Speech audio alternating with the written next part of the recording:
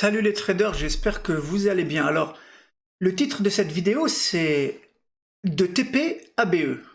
Alors oui, j'ai TP et ensuite j'ai BE. Vous allez comprendre pourquoi, je vais tout vous expliquer, c'est extraordinaire ce qui m'est arrivé. Alors, c'est la première fois que ça m'arrive. Ça fait 3 ans que je fais du trading, c'est la première fois que ça m'arrive et j'ai un peu les nerfs quand même. Ça m'a mis un coup dans le moral, mais bon, voilà, c'est comme ça. Alors, je vais vous expliquer ça rapidement, vous allez comprendre. Alors, on était dans une structure ici baissière. J'avais un high ici, un low ici, et puis depuis plusieurs jours, on était là entre les deux. Ok, donc du coup, j'étais baissier. On va revenir, ça va être plus simple. On va faire comme ça. Tac, ici, voilà. Là, ça va être bien. Alors, qu'est-ce qui s'est passé? J'ai repéré ces deux zones de liquidité importantes et comme j'étais baissier, quand le prix est arrivé ici, je m'attendais à ce que le prix vienne là dans la zone H1, pardon, hop, qui vienne ici dans la zone H1, qui prenne cette liquidité, qui manipule ici et qui aille chercher l'autre liquidité. Donc, quand le prix est arrivé ici, j'ai été en M15. Et j'ai attendu, comme je vous ai dit, que le prix vienne dans ma zone H1. Comme le biais, il était, en fait, comme on rangeait là depuis plusieurs jours, mon risque de toute manière, il était d'office divisé par 2. Parce qu'on n'avait pas une structure qui était très très claire, mis à part le H4 évidemment qui était baissier, mais mis à part ça, ce que je veux dire, c'est que comme on était en range là depuis plusieurs jours, par sécurité, je me suis mis en risque divisé par 2. Bon. Le prix est arrivé là, et donc, comme je vous ai dit, je m'attendais à ce qu'il arrive jusqu'ici avant de chercher une confirmation. Sauf que ma confirmation, je l'ai eue ici. Quand j'ai vu que j'ai eu cette belle distribution là, et qu'on a BOS en M15, je me suis dit, ok, en fait là, le prix ne va pas aller jusqu'au H1, enfin, il y a un risque que le prix chute maintenant. En fait, parce que je l'ai vu arriver dans cette mèche, et donc, je me suis dit, il va peut-être manipuler ici, il est en train de faire sa distribution dans cette mèche, il va peut-être jamais revenir ici. Et c'est d'ailleurs pour cette raison que j'ai divisé mon risque par 2, parce que peut-être qu'il manipule ici, mais qu'en fait il va revenir ici pour redescendre. Donc c'est pour ça que j'ai divisé aussi mon risque par 2. Quoi qu'il en soit, en M15 il a BOS. Au lieu de rentrer direct, j'ai préféré reprendre cette zone-là, le dernier POI, l'extrême POI M15, et je me suis dit que je vais attendre que le prix arrive dans cet extrême POI, et là je vais reconfirmer en M1, comme j'ai l'habitude de faire. Pas de problème, le prix est revenu dedans, j'ai été en M1. En M1, comme j'étais toujours pas confiant par rapport à cette zone-là, où le prix n'est jamais revenu, au lieu de rentrer après le BOS M1 ici, hop, je vais attendre qu'il break, voilà.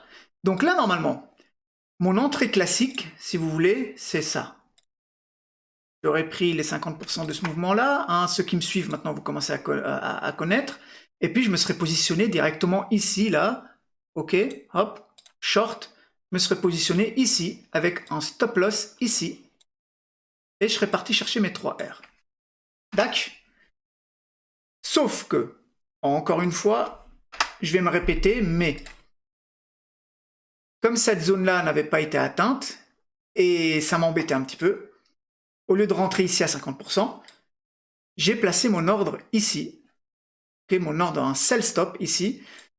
Alors ça, c'est une entrée en double bloc, mais ça, je peux pas vraiment l'expliquer dans les détails, parce que je l'ai appris dans la formation, et par respect envers mes collègues de formation qui ont payé, et moi aussi, hein, on a payé une formation finalement pour apprendre toutes ces entrées.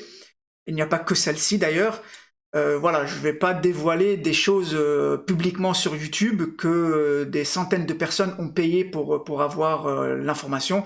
Tout comme parfois, bon là c'est pas le sujet de la vidéo, mais parfois vous allez me voir mettre ce qu'on appelle une tiers, comme ça, ok, à certains endroits.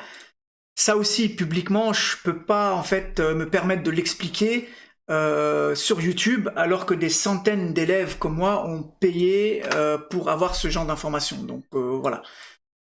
Bref, quoi qu'il en soit, j'ai décidé d'entrer ici, et donc c'est parfait, on m'a déclenché. D'accord? Donc j'ai été déclenché. On va aller en 5 minutes, et on va observer ce qui s'est passé. On va même aller en 15 minutes pour que ça aille plus vite, puisque... Alors, mon trail stop qui est ici, il n'y était pas, hein, d'accord? Je l'ai mis que à la fin.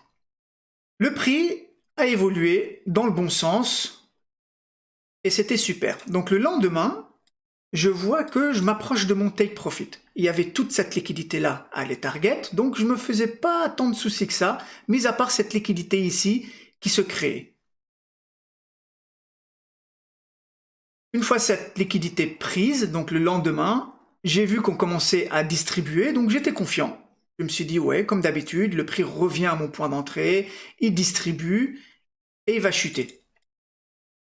C'est exactement ce qui s'est passé. En plus, on est venu prendre l'Asian High, donc tout se passe bien. Dans le meilleur des mondes, j'étais confiant. Regardez ce qui s'est passé. Lorsqu'on est arrivé là, donc ici la liquidité a commencé à être prise. Là, on arrivait le soir. Là, on est arrivé à 21h. OK. Et là, regardez.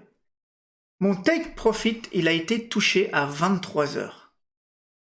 Donc là, à 23h, quand j'ai vu que le take profit, il a été touché, je me suis dit, bon bah nickel, parfait. Le lendemain matin, quand j'ai jeté un coup d'œil, alors le lendemain matin, nous sommes ici. Donc le lendemain matin, je jette un œil sur mon MT5, et qu'est-ce que je me rends compte? Que en fait, mes 3 R, ils ont bien été touchés sur TradingView, mais sur MT5, en vérité, le prix il a à peine fleuré le TP. En fait, c'était le spread. J'ai mal calculé le spread. Et donc, j'ai frôlé le TP sur mon MT5. Et le lendemain, qu'est-ce qui s'est passé? Quand j'ai vu que le prix commençait à monter comme ça de manière impulsive, j'ai mis un trail stop ici. Et c'est extraordinaire. Je suis sorti à break-even. C'est pour ça que le titre de la vidéo, c'est de take profit à break-even. Et vous savez quoi en plus? Et ça, c'est vraiment, franchement, c'est l'avidité. Franchement, c'est l'avidité à l'argent. C'est que le lendemain, quand j'ai vu le prix ici, je me suis dit, je vais le clôturer manuellement. Puisque, en fait, c'était presque... Il me manquait pas grand-chose. Et en fait, j'aurais dû clôturer manuellement. Je ne sais pas pourquoi je ne l'ai pas fait. Je me suis dit, non, je vais attendre. Le prix, il va rechuter. Eh ben non. En fait, j'aurais dû clôturer manuellement. Et je suis passé de take profit à break-even. Donc voilà, ça m'a mis un petit coup au moral. Mais voilà, après, bon... je me suis dit, voilà, c'est comme ça. Hein, c'est le métier qui veut ça. Et d'ailleurs, c'est une bonne leçon. Et je devrais en faire une petite vidéo. Donc voilà les gars, bah c'était tout, c'était juste pour vous partager ça. Et bah j'espère que j'espère que vous servira à vous aussi. Quoi qu'il en soit, passez une bonne journée et je vous dis à très très vite. Et n'oubliez pas, hein, liker cette vidéo ou commenter, comme ça moi ça me donne de la force pour continuer à vous partager mon expérience. Voilà les gars, allez ciao ciao.